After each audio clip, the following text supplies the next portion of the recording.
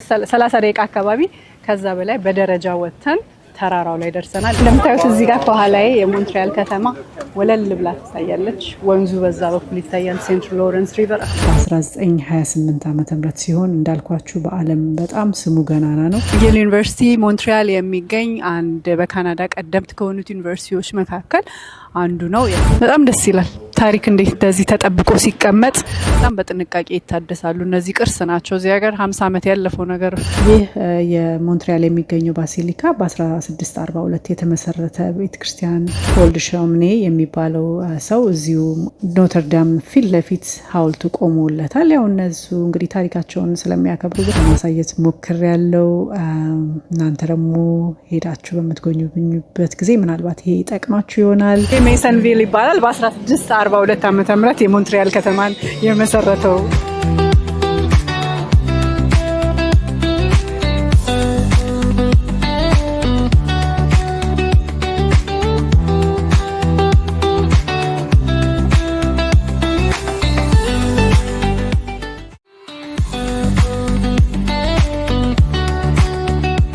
ሰላም እንዴት ናችሁ? ዴዳር እስከ ዳር ቤተሰቦች፣ በዛሬው አጠር ያለ ዝግጅት የሞንትሪያል ቆይታዬን በመጠኑ አሳያችኋለሁ። በ1642 በፖል ሾምኔ እንደተመሰረተች የሚነገርላት የሞንትሪያል ከተማ ከቶሮንቶ በምስራቅ በኩል የምትገኝ ሲሆን የ5 ሰዓት መንገድ ያህል ነው ከቶሮንቶ ከተማ። ከተማዋ የምትታወቅበት ብዙ ነገር አለ። ከነዚህም መካከል በበጋ ወራት የሚካሄደው ዓለም አቀፍ አርቲስቶችን በማስመጣት የሚታወቀው የጃዝ ፌስቲቫል አንዱ ሲሆን በተመሳሳይ እንዲሁ የኮሜዲ ወይም የስታንዳፕ ኮሜዲ ፌስቲቫልም በሞንትሪያል ከተማ ይካሄዳል። ሌላ ደግሞ አንዳንዶቻችሁ የምታስታውሱት ከዩቲዩብ እና ከቲክቶክ በፊት ጀስት ፎር ላፍስ የሚባል የፕራንክ ሾው ነበረ። ይህም የሚካሄደው እንዲሁ በሞንትሪያል ከተማ ነበረ። አሁን ያለ አይመስለኝም። ነገር ግን ከተማውን ዞር ዞር ስንል የሚደረግበት የነበረውን ይሄው የኮሜዲ ፌስቲቫሉ የሚደረግበት ቦታ አካባቢ ነበር እነዚህ ፕራንክ ሾዎች የሚቀረጹት። እሱንም አይተነዋል። ምናልባት በኋላ መሀል ላይ ታዩት ይሆናል። ጀስት ፎር ላፍስ ይባላል።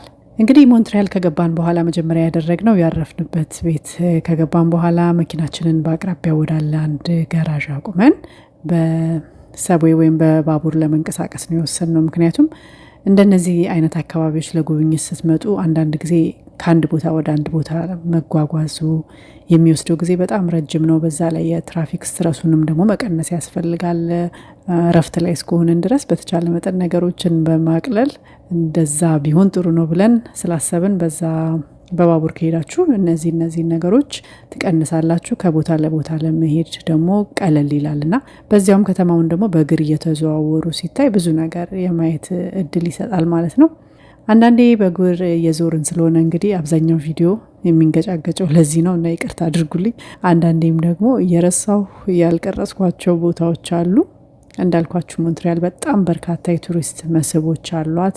ሬስቶራንቶች፣ ሚውዚየሞች፣ ትልልቅ በጣም ቆንጆ ፓርኮች አሏት። እነዚህን እኔ እንግዲህ በካሜራ ያስቀሯቸውን እንደሚከተለው አሳያችኋለሁ። ተከታተሉ።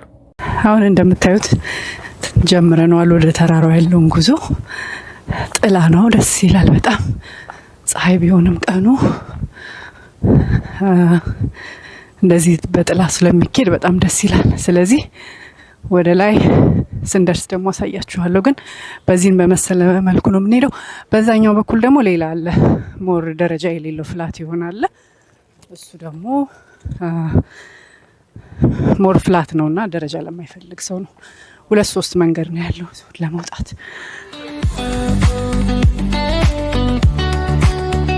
እንግዲህ ተመልካቾቼ ወደ ዋናው ቆይታዬ ከመግባቴ በፊት እንደተለመደው ዝግጅቱን ላይክ እና ሼር በማድረግ ለሌሎች እንዲዳረስ እንድታግዙኝ በትህትና ጠይቃለሁ። እንግዲህ በመጀመሪያ ፀሐዩ ሳይበረታ በጠዋት የመጣ ነው የሞንትሪያል ከተማን ወለል አድርጎ የሚያሳየው ማውንት ሮያል ተብሎ የሚጠራው ተራራማ ቦታ ነው።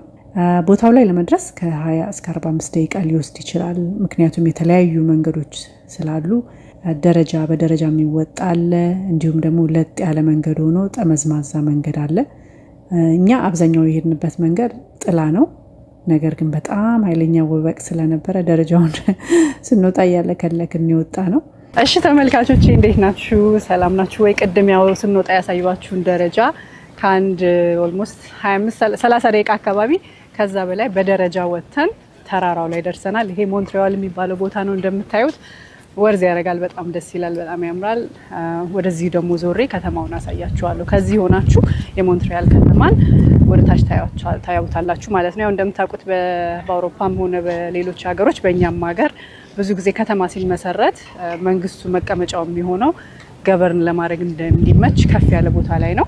ታስታውሳላችሁ አንኮበር፣ እንጦጦ፣ አዲስ አበባ ብዙ ነገስታቶች እንደዛ ነበር ከተማቸውን የሚመሰርቱትና ይሄም ተመሳሳይ ታሪክ ነው። ሞንትሪያል በጣም አሮጌ ከተማ ነው። ስለዚህ ለዛ ነው ማለት ነው። ወደዚህ ዞረን ደግሞ አሳያችኋለሁ ከተማ። ከዛም ላይ ስንደርስ የጠበቀን ይህ የምታዩት ምስል ነው።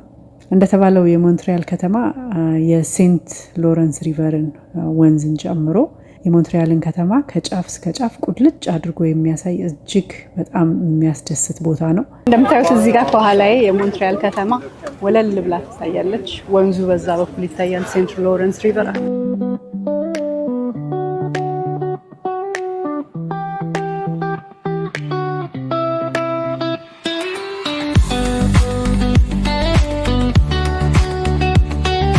ስሙ እንደሚያመለክተው ከተማዋ የተሰየመችው ይህንን ተከትሎ ነው። ማውንት ሮያል የሚለውን ሞንትሪያል እንደተባለ ይነገራል።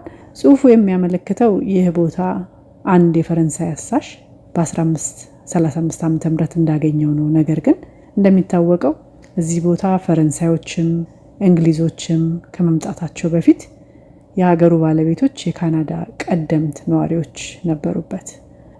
ቦታው እንደምታዩት ከጀርባ በዚህኛው ሳይድ ሻሌ ያለው እዚህ ሻሌ ውስጥ ይሄ ራሱ በጣም የቆየ ነው። ይሄ ራሱ ሻሌው በጣም የግንብ ቤት ነው። በጣም የሚያምር ቤት ነው። እዛ ውስጥ ማረፊያዎች አሉ፣ እንዲሁም ካፌ አለ። ከኋላ ደግሞ ዞር ስትሉ በጣም በምሽት የሚያበራ በጣም ትልቅ መስቀል አለ። ልክ አዲስ አበባ ውስጥ ደብረ እንቁ ልደታ ላይ ሊሰራ እንደታሰበው አይነት ማለት ነው። ታች ሞንትሪያል ከተማ ሆናችሁ ስታዩ ተራራው ላይ ሆኖ በደንብ በጉልህ የሚታይ የሚበራ መስቀል አለ። እንግዲህ ቦታው እንደምታዩት ሙሉ ቀኑን በሙሉ ማለት ይቻላል ቱሪስት ሲመላለስበት የሚውል ቦታ ነው። እንዲሁም ደረጃውን ደግሞ ደጋግመው በመውጣት ለልምምድ እንደ ስፖርት ያው ለአካል ጥንካሬ የሚጠቀሙበትም ሰዎች እንዳሉ ተመልክተናል። በዚህ በሙቀት እንኳን እየተመላለሱ ብዙ ሰዎች ሲወርዱ ሲወጡ አይተናል። ያው እንግዲህ እንደ 70 ደረጃ ማለት ነው። እንግዲህ ከዛ ደግሞ ትንሽ አረፍ ካልን በኋላ የወጣነውን ደረጃ ቀስ ያልን መውረድ ጀምረናል። ከዚህ ከወጣን በኋላ እዚሁ አካባቢ ሞንትሪያል ለጉብኝት የመጣ ከየትኛውም ዓለም የመጣ ሰው ሁሉ ሳይመገብበት የማይሄድ አንድ እድሜ ጠገብ ሬስቶራንት አለ። ስለዚህ ሌሎች ነገሮችን እያየን ፓርክም አለ። እዚህ ጋር በጣም ትልቅ ፓርክ አለ።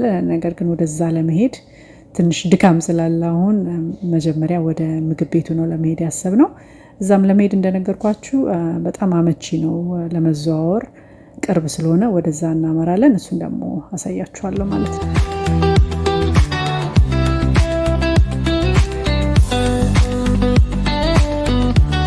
ሞንትሪያል ስሞክድ ሚት የታወቀ ነው እና እዛ ነው ያለነው። እዛ ልንሄድ ነው ምሳ ልንበላ። እንደምታዩት ሰልፍ አለ።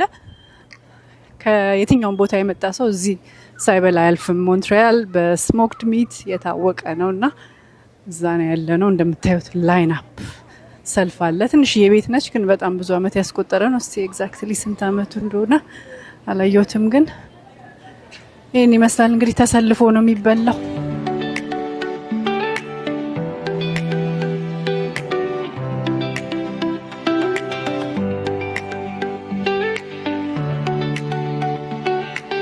ቅድም እንዳልኳችሁ አሁን የምንሄድበት ሬስቶራንት ሞንትሪያል በአጠቃላይ በስሞክድ ሚታቸው በጣም ይታወቃሉ።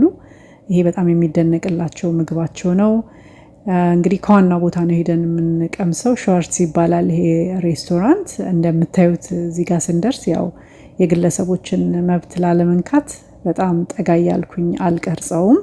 ከላይ ነው ማሳያችሁ። ግን እንደምታዩት ገና ልክ አሁን 12 ሰዓት ነው። ሰልፍ አለ። በጣም ብዙ ሰልፍ ነው ያለው ይመስለኛል። አጠገቡ ሌላ ሬስቶራንት አለ። እንደገና ደግሞ እዚች ጋር ደግሞ አነስ ያለች እንዲሁ ፈጠን ላለ ለቸኮለ ሰው በልቶ የሚወጣባት አንድ ጠበብ ያለች ክፍል አለች። ስለዚህ እኛ ወደዛ አንሰለፍም።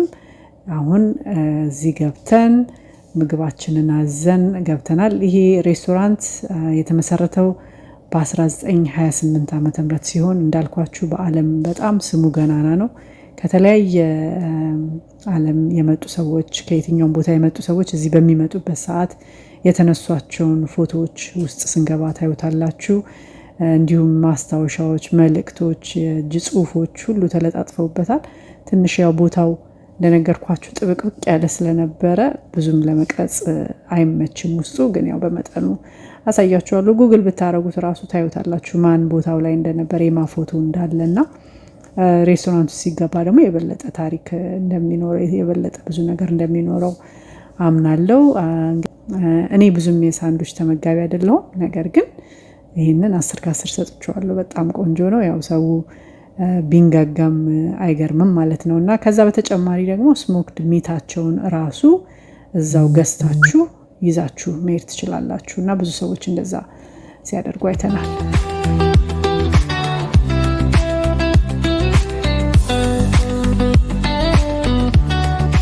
እንግዲህ ሳንዱቻችንን በዚህ መልኩ ካጣጣምን በኋላ አሁን ያው ወደ ባቡር ጣቢያው ለመሄድ ጉዞ ላይ ነን። ከተማውን ዞር ዞር እያየን ማለት ነው። ቅድም ያልኳችሁ ይሄ የጃዝ ፌስቲቫል የኮሜዲ ፌስቲቫል የሚደረግበት የጀስት ፎር ላፍስ የሚለውን መንገዳችን ላይ አይተናል። እንዲሁም ሌሎች በጣም ፋሚሊያር የሆኑ ሳይቶችን አይተናል። የቤቶቹን አሰራር ሞንትሪያል እንግዲህ ቆየት ያለ ከተማ ስለሆነ ለየት ያለ ይሄ በውጭ በኩል ፋየር ኤግዚት ያለበት ደረጃ ያለበት ቤት ታያላችሁ።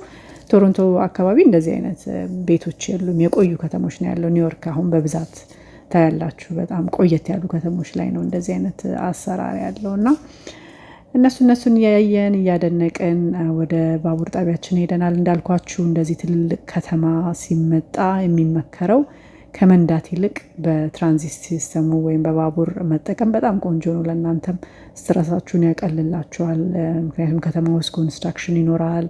ከቦታ ቦታ መዘዋወሩ ጊዜ ይፈጃል። በጣም ጊዜ ይፈጅባችኋል እና ብዙ ነገር ማየት ፈልጋችሁ አንዳንዴ መንገድ ላይ ጊዜውን ትጨርሱታላችሁ ማለት ነው እና እኔ በጣም ኮንቪኒየንት ሆኖ አግኝቼዋለሁኝ። እንግዲህ እናንተም ደግሞ ሞክሩት። አንሌስ በጣም ትንንሽ ልጆች ያሏችሁ ካልሆነ በስተቀር በእግር መሄዱ በጣም ይመረጣል ማለት ነው። እንግዲህ በሚቀጥለው ቀን ደግሞ ወደ ጎበኛ ነው ወደ አንድ ሌላ ወደ ታወቀ ቦታ ደግሞ ስለሱ ደግሞ ትንሽ አወራቸዋለሁ።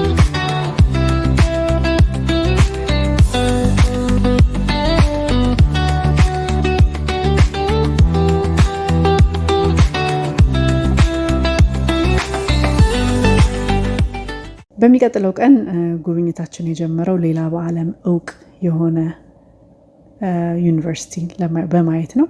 ዩኒቨርሲቲው ሚጊል ዩኒቨርሲቲ ይባላል። ከዚህ በፊት አንድ ሾው ሰርቼ የነበረው ሚጊል ዩኒቨርሲቲ ስኮላርሽፕ አግኝቶ ስለሄደ አንድ ልጅ እና የዛን ጊዜ ምናልባት ታስታውሱት ይሆናል። ሚጊል ዩኒቨርሲቲ የተመሰረተው በ1821 ሲሆን ጄምስ ሚጊል በ1913 ሲሞት ወይም ደግሞ ከመሞቱ በፊት ሲናዘዝ 46 ሄክታር ላይ ያረፈውን ቤቱን ከ10,000 ፓውንድ ጋር በወቅቱ እንግዲህ በጣም ሀብታም ሰው ነበር ማለት ነው ኮሌጅ እንዲሰራበት ተናዞ እንደሞተ ይነገራል። በዚህ መሰረት ዩኒቨርሲቲው በሱ ኑዛዜ መሰረት በ1821 ዓመተ ምህረት ዩኒቨርሲቲው ተመስርቶ አሁን ያለበት ትልቅ ደረጃ ላይ ደርሷል። ሚጊል ዩኒቨርሲቲ ማለት በካናዳ አይቪ ሊግ ከሚባሉ የተመረጡ ዩኒቨርሲቲዎች አንዱ ለመሆን የበቃ ነው። ሚጊል ዩኒቨርሲቲ በአብዛኛው በሳይንስ እና በሕግ ፕሮግራሞቹ ይታወቃል። ነገር ግን ሁሉም አይነት ዲሲፕሊን ያለበት በጣም የሚታወቅ ትልቅ አንጋፋ ትምህርት ቤት ነው። ገብተን እንግዲህ ትንሽ አየት አድርገነዋል። እዚህ ጋር እንደምታዩት በጣም ዶክመንቴሽናቸው በጣም ያስቀናል። የዚህ ሀገር ትልቁ ነገር ሁሉ ነገር ተመዝግቦ ነው የሚቀመጠው። እዚህ ጋር እንደምታዩት የፕሪንሲፓሎቹ ስም ከመጀመሪያው ጀምሮ የነበሩት ዩኒቨርሲቲውን ያስተዳደሩት የአስተዳዳሪዎቹ በደንብ ስማቸው ተቀርጾ ተቀምጧል እና በጣም ደስ ይላል። ከዛ በተጨማሪ ሙዚየሞች አሉ፣ ሌሎች ህንፃዎችም አሉ። ሙዚየሙ በአጋጣሚ አሁን ለእድሳት ላይ ስለሆነ ማየት አልቻልንም፣ መግባት አልቻልንም። ግን ሌሎችን ቦታዎች ዞር እያሉ ማየት ይቻላል ማለት ነው። በጣም የሚያምር ግቢ ነው። ይሄ ዋናው ነው። ሌሎች ቦታዎችም ይኖሯቸዋል፣ ግን ይሄ ዋናው ካምፓስ ነው እና ይሄ ታሪክ ምን አስታወሰኝ? በተመሳሳይ ሁኔታ ቀዳማዊ ኃይለ ሥላሴ እንደ አውሮፓውያን አቆጣጠር በ1950 ዓመተ ምህረት የገነተ ልዑል ቤተመንግስትን ቤታቸው መኖሪያቸው የነበረውን እንደዚሁ ለዩኒቨርሲቲነት አበርክተው ነው የአዲስ አበባ ዩኒቨርሲቲ የተመሰረተው። አሁን 6 ኪሎ ካምፓስ የሚባለው ያለበት እንዲሁ ቀዳማዊ ኃይለ ሥላሴ ቤታቸውን ሰርተው ያስጀመሩት ዩኒቨርሲቲ ነው ማለት ነው። ታሪኩ ተመሳሳይ ነው ከዚህ ከሚጌል ጋርና እሱን አስታውሶኛል።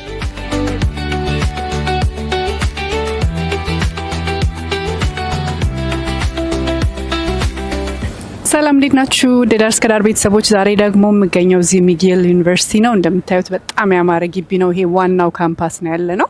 ሚጌል ዩኒቨርሲቲ ሞንትሪያል የሚገኝ አንድ በካናዳ ቀደምት ከሆኑት ዩኒቨርሲቲዎች መካከል አንዱ ነው። ያው ዓመተ ምሕረቱን አሁን በደንብ ባልይዘውም ባለፈው ጊዜ አንድ ልጅ ኢንተርቪው አድርጌ ነበረ፣ አይታችሁታል። እሱ እዚህ ስኮላርሺፕ አግኝቶ የመጣው ልጅ አጋጣሚ እሱንም አገኘዋለሁ ብዬ አስባለሁ። ይሄን ይመስላል። ይሄም አዲሱ ዋናው ካምፓስ ነው። ይጎበኛል፣ ብዙ ሰው እየመጣ ይጎበኛል። በጣም ታሪካዊ ነው። እሺ ተመልካቾች እንደምታዩት ይሄ የተሰየመው ይሄ ዩኒቨርሲቲ በዚህ በጄምስ ሚጌል ስም ነው። ከግላስጎ የመጣ በብሪቲሽ ሲስተም ስር ሞንትሪያልን ሪፕሬዘንታቲቭ ሆኖ ያገለገለ ሰው ነው። ይሄን የሚያክል ዩኒቨርሲቲ እንግዲህ ጥሩ ስራ ቢሰራ ነው በስሙ የተሰየመለት። ይሄን ይመስላል። ግን ዩኒቨርሲቲው 1875 ምናልባት የተመሰረተበት ፋውንደድ የሆነበት ጁን 23 1875 በጣም የቆየ ነው። እንግዲህ ሞንትሪያል እንዳልኳችሁ ትላንትና ከቆዩት የካናዳ ከተሞች አንዷ ነች። ይህን ይመስላል። እስቲ ዞር እያለን ደግሞ እናየዋለን።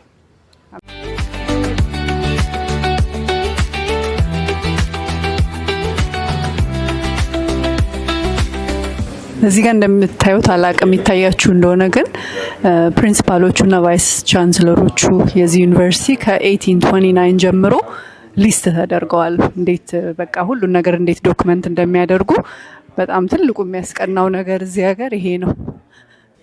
ይሄ ማስታወሻ ነው በጦርነት ላለፉት ሰዎች።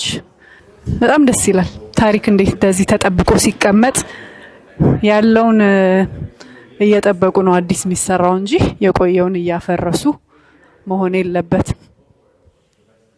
ይሄ ለኛ ትልቅ ትምህርት ሊሆንም ይገባል።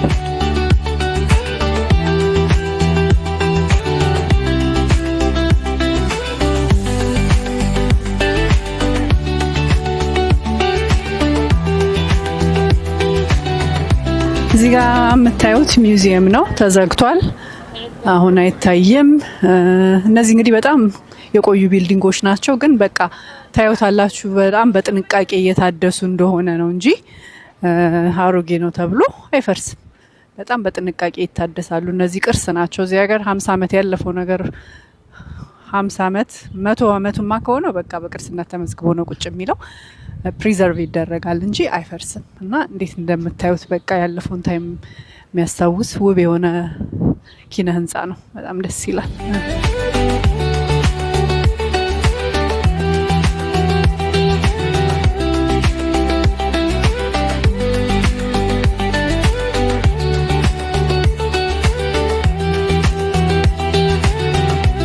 ሌላው በሞንትሪያል ቆይታችን ካየናቸው ቦታዎች አንዱ ኖተርዴም ባሲሊካ ይባላል። በዚሁ ስም የሚጠራ እንደዚሁ በጣም የታወቀ ትልቅ ባሲሊካ በፓሪስ ከተማ ይገኛል። እንደውም በቅርብ ዓመታት ውስጥ ትልቅ ቃጠሎ ደርሶበት ነበረ። የምታስታውሱ ካላችሁ ይህ የሞንትሪያል የሚገኘው ባሲሊካ በ1642 የተመሰረተ ቤተክርስቲያን ሲሆን ብዙዎች በጣም ብዙ ቱሪስቶች ለማየት የሚጎርፉበት ነው። እኛ አጋጣሚ ትንሽ ሰዓት መሸት አድርገን ስለመጣን ውስጥ ለመግባት ጊዜ አላገኘንም፣ ሌላ ቦታ ስንዞር ስለነበረ።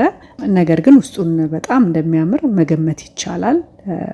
ቅድም የነገርኳችሁ መጀመሪያ ለሞንትሪያል መመስረት ምክንያት የሆነው የመጀመሪያው ሰፋሪ የሚባለው ፖል ደ ሾምኔ የሚባለው ሰው እዚሁ ኖተርዳም ፊት ለፊት ሐውልቱ ቆሞለታል። ያው እነሱ እንግዲህ ታሪካቸውን ስለሚያከብሩ በተለያየ ቦታ እንደዚህ አይነት ሐውልቶች አሉ። በጣም ሐውልት ልክ እንደ አውሮፓን ይመስላል የሚባል አይነት ነው የሞንትሪያል ወይም ደግሞ የኩቤክ ግዛት በአጠቃላይ እና ሞንትሪያልም ከመጣችሁ በኋላ ደግሞ ከዛ ኩቤክ ዋናው ኩቤክ ሲቲ ደግሞ ለመሄድ ራሱ ሩቅ አይደለም። እኔ የምመክረው እዚህ ከመጣችሁ ወደ ኩቤክም መቀጠል ይቻላል።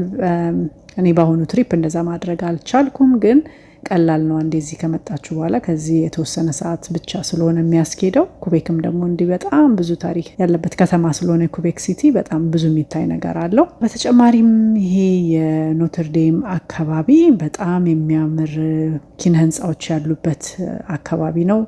እንዲሁ ወርታች ወረድ ስትሉ ሱቪኒር ቤቶች እና በጣም በርካታ ሬስቶራንቶች በአንድ አካባቢ ይገኛሉ። በጣም የሚያምር አሰራር ስላላቸው በቃ ለማየት የሚያምራል። እንዲሁም ደግሞ የተለያዩ ዝግጅቶች አላቸው። መሀል ላይ መርጣችሁ በመግባት እዛ መዝናናት ይቻላል። ይሄ ኖተርዴም ቤተክርስቲያን በጣም የሚታወቀው ሴሊን ዲዮን ታቋታላችሁ። በካናዳዊ ታዋቂ ዘፋኝ ነች እና እሷ ያገባችው እዛ ነበረ ይመስለኛል። ባለቤቷ ሲያርፍም እዛ ነበር የተደረገው እና በዛ በጣም ይታወቃል። ያው እሷ የዛ የኩቤክ ሰው ስለሆነች በዛ በጣም በዜና ላይ ሲነገር ትዝ ይላችሁ፣ ምናልባት ትዝ የሚላችሁ ሰዎች ካላችሁ ያንን ስላስታወሰኝ ነው። እና ውስጡ በጣም ነው የሚያምረው። ያው የእሷን ፎቶ ካያችሁት እዛ ላይ በጣም ይታያል። ላይት ሾው አለ ማታ ማታ ላይ እዚህ የሚታይበት ላይት ሾው በቤተ ክርስቲያኑ በመብራት ኢሉሚኔትድ ሆኖ በጣም የሚያምር ቪው ይኖረዋል ማታ ላይ። ለማንኛውም እንዳልኳችሁ እዚህ አካባቢ በእግራችሁ እየተዘዋወራችሁ ወደ ውሃው ዳር መሄድ ይቻላል። በጣም በጣም በጣም የሚያምር አካባቢ ነው። እንዲሁም ደግሞ ራት መውጣት ለሚፈልግ ሰው በጣም ብዙ የሬስቶራንት ምርጫዎች አሉ። ቀደም ብላችሁ ምናልባት ቼክ አድርጋችሁ አንዱ ጋር ቁጭ ብላችሁ መዝናናት ትችላላችሁ። አንዳንዶቹ ሬስቶራንቶች በጣም ላይን አፕ አላቸው። እንዳልኳችሁ እንግዲህ እዚህ ከገባው በኋላ በጣም ያው መዝናናት ስለፈለኩኝ ካሜራዬን ብዙ አልያዝኩት። ለነገር ግን ወደ ውሃው ጋር መሄድ ስትሉ ሰርከስ ኦሌ ደግሞ አለ።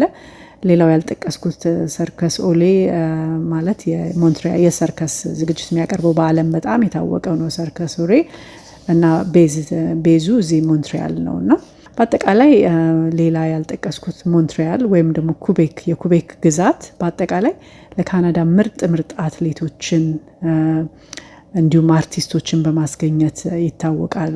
ብዙ ጊዜ ኦሎምፒክን አይታችሁ እንደሆነ በኦሎምፒክ በጣም ብዙ አትሌቶች የሚመጡት ከኩቤክ ነው እና ይህም ደግሞ የሚያሳየው ለስፖርትና ለፈጠራ ስራዎች በጣም ከፍተኛ ትኩረት እንደሚሰጡ ነው። እኔ ፓርኮቹን ሳያቸውም የተረዳሁት ያንን ነው። በጣም ትልልቅ ፓርኮች፣ ብዙ አይነት ስፖርት፣ ብዙ አይነት መዝናኛ፣ አምፊቲያትሮች፣ እነዚህን የመሳሰሉ እዚህ የማታዩቸው አይነት ፓርኮች ሞንትሪያል ውስጥ አይቻለሁ። እዚህ ቶሮንቶ አካባቢ የማይታዩ ማለት ነው። እና ይህ ሆነው እንግዲህ በሞንትሪያል ከተማ የነበረንን አጭር ቆይታ በዚህ መልኩ ለማሳየት ሞክሬያለሁ።